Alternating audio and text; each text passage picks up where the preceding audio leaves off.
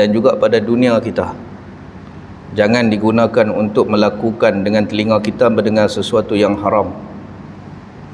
Kita ada mulut, gunakanlah mulut kita itu untuk membicarakan sesuatu yang manfaat pada diri kita dan orang lain. Jangan kita gunakan mulut kita tadi kepada sesuatu yang boleh menyakiti sesama hati sama seorang hamba, ataupun yang boleh membawa kepada sesuatu yang haram untuk kita perkatakan. Bila kita memahami hak tubuh badan kita, maka itulah hamba yang bersyukur sebenar-benarnya. Tapi kalau salah satu di antara anggota tersebut kita gunakan pada jalan yang tidak hak, iaitu bukan hak Allah, yang dilarang oleh Allah, cukup satu di antara 7 anggota tersebut, kita bukan hamba yang bersyukur. Abdan syakura. Dan tempat kita sebenarnya bukan di syurga kalau macam tu. Umur usia kita yang Allah Ta'ala anugerahkan untuk beribadah kepada Allah, tapi pasal apa duk buat perkara-perkara yang tak senonoh dalam masa seharian, seminggu, sebulan. Cukuplah dalam sebulan tu, sehari kita buat benda lara. Cukuplah dalam masa 1 minit kita melakukan benda yang sesuatu yang dilarang oleh Allah dalam masa sejam. Sikitnya, maka kita telah melakukan pengkhianatan kepada Allah Subhanahu wa Ta'ala. Mengkhianati hak tubuh badan, anugerah Allah Ta'ala, termasuklah suara, telinga, mata, kaki, begitu juga kehidupan kita. Kita telah mengkhianati amanah Allah Subhanahu wa Ta'ala. Syukurlah dengan apa yang kita ada, bersyukurlah dengan sepatut-patutnya, melakukan sesuatu pada sesuatu, bukan melakukan sesuatu pada luar pada sesuatu. Muslimin yang dirahmati Allah, alhamdulillah dengan nikmat Islam, agama kita yang Allah anugerahkan kepada kita hidayah. Alhamdulillah dengan nikmat iman, ketetapan hati kita, keyakinan hati kita, supaya kita berpegang dengan iman tersebut hinggalah kita dimatikan. Itulah iman.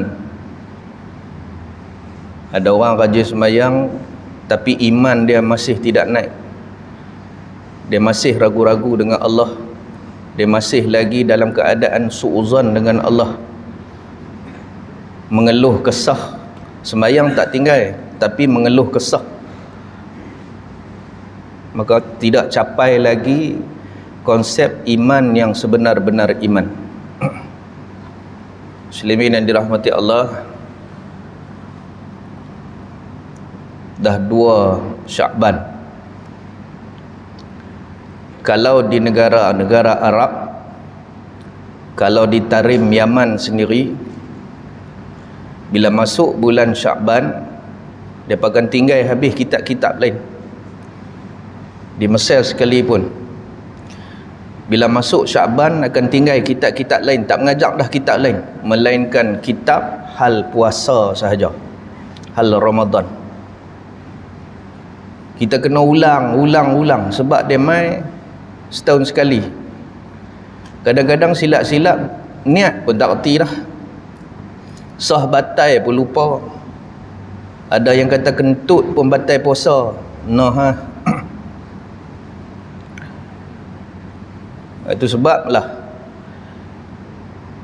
kebanyakan daripada tempat-tempat mereka tutup kitab-kitab lain, mereka akan mengulang kaji kitab-kitab saum, cerita bab sah batal puasa, kelebihan puasa, supaya kita dah bersedia selama sebulan untuk menyambut Ramadan. Muslimin yang dirahmati Allah, kita masuk dalam kitab kita Bahrul Mazi. Wa qala musannif rahimahullahu ta'ala anhu, kata pengarang kitab ini Syekh Idris Al-Marbawi, ambil daripada kitab Mukhtasar Sahih At-Tirmizi, syarah dalam bahasa Arab Tuhfatul Ahwazi, syarah dalam bahasa Melayu, inilah kitab dia, nama dia Bahrul Mazi. Moga-moga Allah mengampuni dosa Syekh ini, moga-moga Allah mengampuni dosa kedua ibu bapanya, moga-moga Allah mengampuni dosa guru-gurunya, moga-moga Allah mengampuni dosa muslimin muslimat umumnya. yantafa'u bihi wa ulumihi fi darain. Sambung masalah 100. Takkan 100 kot. Masalah berapa?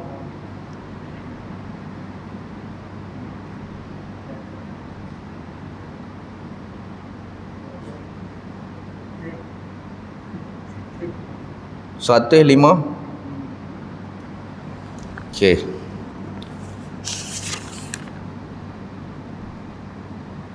Sentuh kulit isteri ketika puasa adakah batal?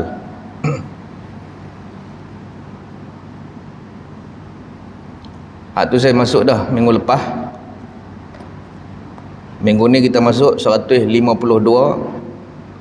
Bersentuh kulit dan faedah menjauhkannya bagi orang yang berpuasa.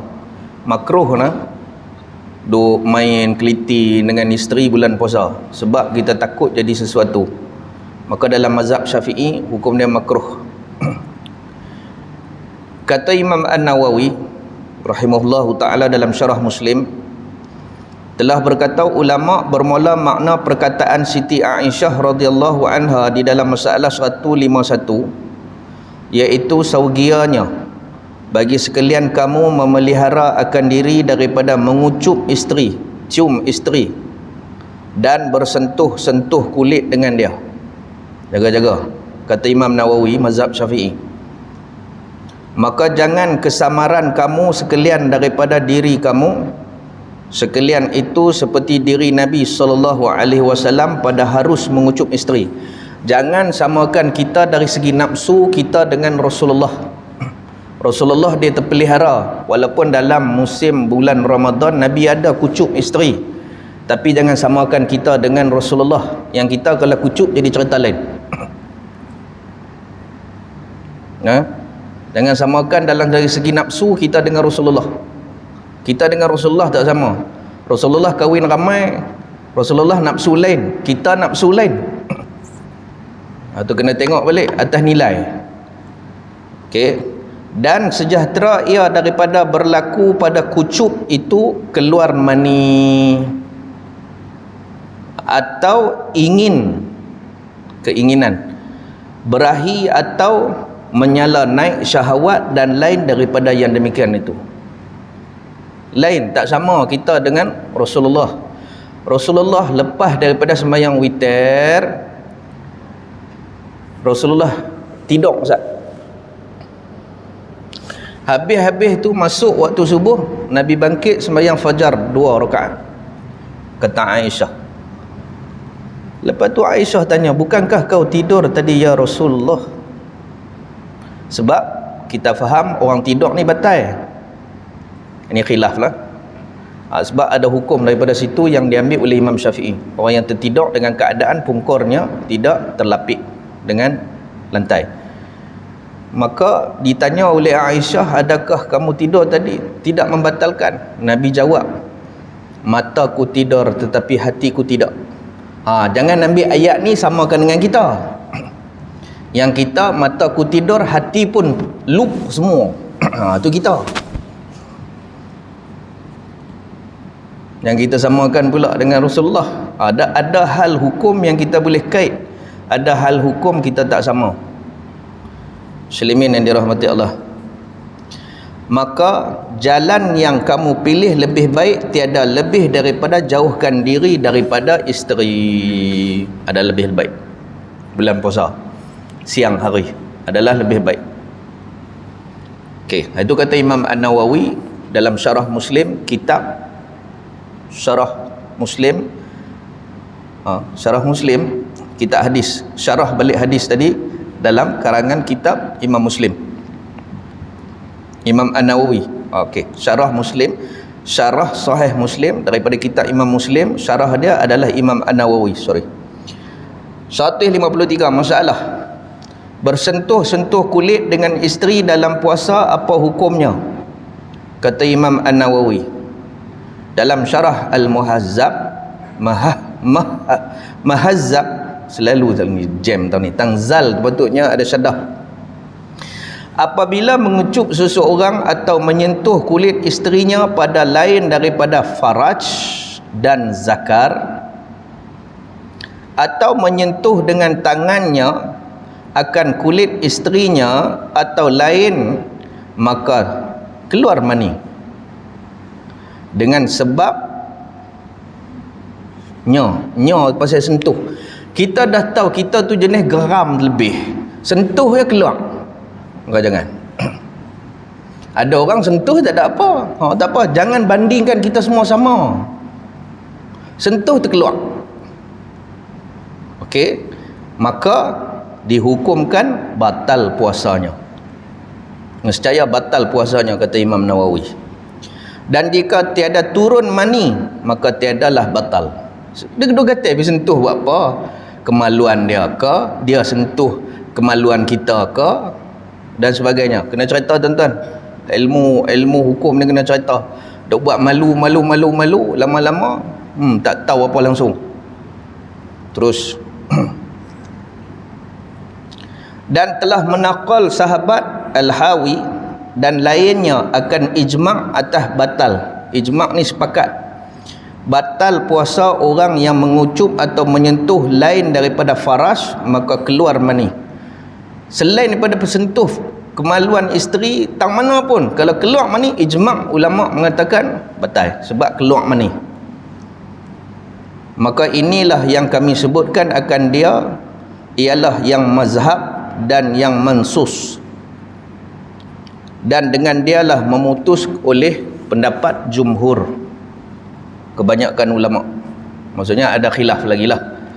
Terus 154, berdakap-dakap tidur dengan isteri siang hari, apa hukum? Siang hari sejuk, kita tak apalah duduk Malaysia, mau duduk Rusia, duduk Antartika, baju tak ada, duduk berdekat dengan bini. Bilang puasa lah. Okey. Kata Imam An-Nawawi dalam kitab Majmu' pula, Imam Nawawi juga telah menghikayat oleh Imam Al-Haramain daripada bapaknya bahawasanya menghikayat ia akan dua wajah. Cerita dekat anak dia dua wajah tentang orang yang puasa. Seorang yang mendakap isterinya dan antara keduanya, suami dakap isteri ke, isteri dakap suami ke, berlapis kain. Walaupun berlapis kain, bukan sama-sama tak ada sebenang.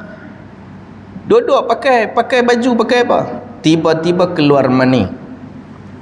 Katanya, nyo tu balik pada naqal bapa kepada Imam Haramain. Dan hukum orang ini di sisiku, kata Imam Haramain, seperti hukum orang yang puasa tertelan air berkumur-kumur, batal.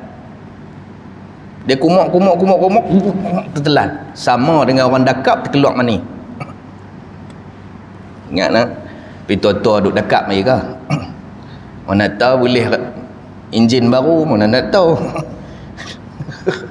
Kan, enjin lama mati. Atau enjin lama ada lah tapi tak ni lah. Tu saya kata hari tu, kalau hak yang tua tak apa, bini tua tak apa, minggu lepas saya kata dah, nah, hak yang pah, mana butang baju aku pah, hak yang tu tak apa, jangan peluk sarimah bini muda. Kalau bini banyak lah, dia lain sikit. Terus dia macam tertelan air kumur. Tak sengaja hampir kumur apa. Perbuatan berkumur-kumur itu perbuatan ter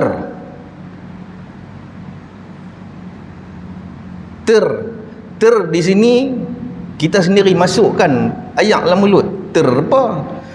Tetap batal.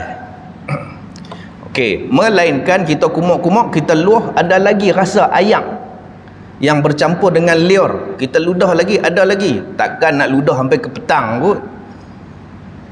Boleh dah, tak apa dah, boleh lah telan. Tapi kalau kumuk dengan ayak oren, gagah pergi kumuk ayak oren tu, kumuk dengan ayak melo, gagah sampai ke petang dok rasa melo. Duk gagah kumuk dengan ayak melo, siapa suruh? Kumur dengan air yang tidak meninggalkan rasa. Pandai pula pergi kumur dengan ayat yang tu semua cari pasal. Tiba-tiba kalau tertelan masih ada rasanya, batal kan. Macam juga hela, masuk sesuatu tu tiba-tiba ada rasa ada rasa oren-oren sikit, dia telan, batal lah. Tapi kalau tak ada rasa apa, ada ulama kata tak batal, dia penat. Ni pergi cari hak rasa tu yang masalah, sebab dia dah bercampur dengan kenikmatan. Rasa tadi, rasa seronok tentang kenikmatan dunia, batal puasa. Kalau tak ada rasa nikmat langsung, telan pergi banyak mana pun tak ada rasa nikmat pun, maka tak batal lah. Kalau ada zat lah, kalau tak ada zat tak apa, duk telan angin banyak mana lah, tak ada rasa apa pun. Tapi kalau telan asap John jangan buat main kan, dia kilah kita balik. Okey ustaz, kita duk isap udara, tak batal. Isap John batal tak? Dia kata soalan dia nakai. Tak nak tanya ada rasa tak? Ada rasa tak? Ada lah, paik-paik sikit, pening-pening sikit kan. Batal lah. Walaupun bukan macam makan nasi, dia duk faham kena makan macam nasi, minum macam ayak, baru tak batal, baru batal. Kacau tak? Okey, muslimin yang dirahmati Allah, rasa sesuatu yang mendatangkan kelazatan. Contohlah spray minyak wangi, perempuan spray minyak wangi, nyonya ke, amoy ke, bini orang ke hak suka duk pakai minyak wangi, kita ambil bau, batal tak? Tak batal, tapi kurang dah pahala, makruh dah. Sebab apa? Merasai kenikmatan dunia, habis pahala, walaupun tak tengok tuan dia lagi. Jangan mengambil sesuatu ni, saya nak dalamkan sikit. Puasa ni jangan datangkan nikmat dunia dalam selagi mana kita tak makan waktu masuk waktu maghrib. Jangan cari nikmat dunia. Tu sebab kadang-kadang kalau tidur sepanjang malam hari, bangkit bedah mayang tidur pula, bangkit bedah mayang tidur pula. Nikmat tak tidur tu tadi? Nikmat. Macam mana puasa? Tu nikmat dunia apa tu? Berendam dalam ayak. Kan? Terjun dalam ayak rendah, naik mayang tu turun balik, pada kebau rendah. Buat apa tu? Rendam panas. Hang cari nikmat dunia lagi tu. Allah suruh tinggal bang nikmat-nikmat dunia tu, sebab kita nak qawasul qawasul qas, betul-betul punya menepati hak yang man qama Ramadan imanan wa ihtisaban ghufira lahu ma taqaddama min dzambi. Yang nak Allah ampun dosa, buat betul-betul. Nikmat dunia ni tinggal buang, senang. Muslimin yang dirahmati Allah. Terus kata Imam An-Nawawi, sambung balik tadi, jika mendakap isterinya dengan bertelanjang, maka hukumnya seperti hukum orang yang berkumur-kumur dengan bersangatan amat. Jadi kumur-kumur telan, yang ni kumur sungguh-sungguh, tapi tak keluar mani, cuma tak ada apa. Kumur sungguh-sungguh ni makruh, takut tertelan. Tadi pakai terkeluar mani. Faham lalu lah? Faham dulu kaedah dah. Kata Imam An-Nawawi, sungguhnya telah menjazam oleh Al-Mutawali dengan bahawasanya jikalau mengucup seseorang yang puasa akan muka isterinya yang bertudung mukanya pakai niqab, maka keluar mani ia nescaya tiada batal. Dia kucuk tapi pakai niqab, tiba terkeluar mani. Hak tadi tak ada apa. Ni kena faham betul-betul. Ni Imam Nawawi mazhab Syafi'i. Tiada batal puasanya kerana tiada bersentuh kulit. Tu kaedah dah. Katanya dan jikalau menyentuh ia akan rambutnya maka keluar mani, maka pada batal puasa itu dua wajah. Pegang rambut, duk main rambut, tak berlapik rambut pun rambut je lah. Dua wajah. Menurut atas yang mengatakan batal wuduk dengan sebab menyentuhnya. Batal wuduk menyentuhnya. Batal wuduk tak sentuh rambut? Mazhab Syafi'i. Tak. Mau duk tanya lagi Baman dengan dapat main. Ada wuduk, tiba-tiba bini renyah kita hayun tangan, kena gigi dah. Batal tak ayam mayang kita? Dah. Hayun kena kuku dia. Tangan kita kena kuku dia. Batal tak? Dah. Dia kata kulit. Sini ada kulit ke? Sini ada kulit ke? Tak ada. Rambut tak ada kulit. Tu dia kata macam tu. Maksudnya tiada batal. Ambil kaedah batal wuduk kalau pegang rambut. Terus 155. Nak sebut pun segan. Macam ni lah.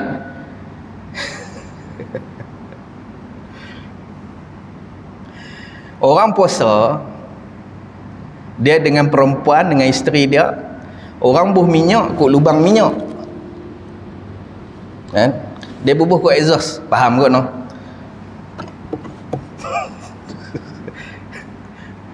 Tak faham sudah. Jenuh nak jadi. Ni ada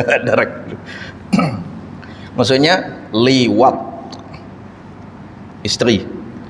Kata Imam An-Nawawi dalam syarah Al-Muhazzab, telah muwafaqah sekalian umat Muhammad, semua umat Muhammad kata haram buat perangai macam tu melalui belakang atas orang yang puasa. Haram perbuatan tu. Dan jima' itu membatal ia akan puasanya kerana beberapa ayat Quran dan beberapa hadis yang sahihah, dan kerana menafi ia akan puasanya. Orang puasa dia takkan ikut turut nafsu. Bila ikut depan tak boleh, dia ikut belakang pula dah. Dia pandai kilah. Syiah macam tu kerja dah. Dia tak boleh ikut depan, dia buat ke belakang. Ketika isteri dia mai haid, saya sempat saya cerita, dia buat kolem lah, janji kena. Subhanallah, Masya Allah.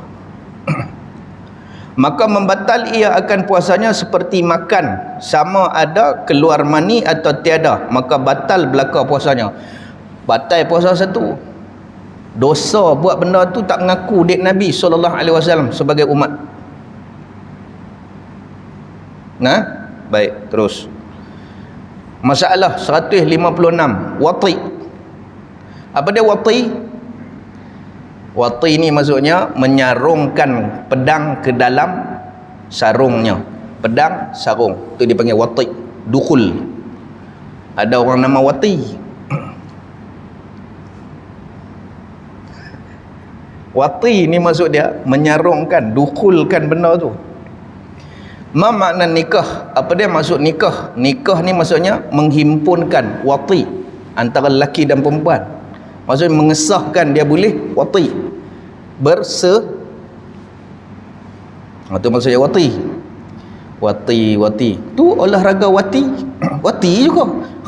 Kacau kita. Tak, tu bahasa Melayu. Jangan samakan dengan bahasa Arab. Kan? Olahraga wati lagi. Seni wati juga.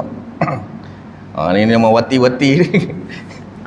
Ada orang tanya saya, tu duduk buat nama wati. Tu kita niat kata orang Indonesia, orang Melayu. Kan, nama wati ni lebih kepada keperempuanan. Kan, seniman lelaki, seni wati perempuan. Olahraga wati. Lagi apa lagi wati ni? Contohlah. Apa yang kita faham, itulah maksud dia. Kalau kita faham kot lain. Contohnya saya tanya tuan-tuan, apa maksud qalwat? Tuan-tuan faham macam mana qalwat? Tuan-tuan faham macam mana qalwat? Qalwat ni maksudnya mengasingkan diri dia dengan Allah saja, di tempat yang jauh, di tempat yang terasing. Kita faham khalwat ni apa dia? Laki perempuan duduk dalam gelap. Tangkap khalwat. Hadangkan duk khalwat boleh. Siapa tak boleh? Arab pun pening dengan kita. Itu tak segi bahasa, istilah. Jangan ada buat main tuan-tuan. Okey, baik, terus. Wati ehem binatang, dia panggil sihak. Dalam nama hukum dia sihak. Binatang tu tak boleh makan. Kalau dia dengan kambing, kalau dia dengan lembu, binatang tu tak boleh makan, kena bunuh buang. Kena mengaji lah bab ni. Kadang-kadang dia dengan orang hutan, dengan beruk pun ada. Ya, ada. Kami mengaji di Azhar dulu ada. Dengan ikan pari pun ada kerja. Itu pasal cerita lah. Dengan binatang. Apa hukum puasanya? Awal dah tahu dah. Dia buat tu kerana nikmat kan, nafsu kan. Dah tahu dah. Kita puasa ni nikmat kita kena tinggal dah. Nikmat apa pun kena tinggal dah. Dalam puasa. Dah nama kata puasa, imanan wahtisaba. Muslimin yang dirahmati Allah. Kata Imam An-Nawawi dalam kitab Majmu', jikalau mewati, wati itu maksudnya memasukkan seseorang yang puasa akan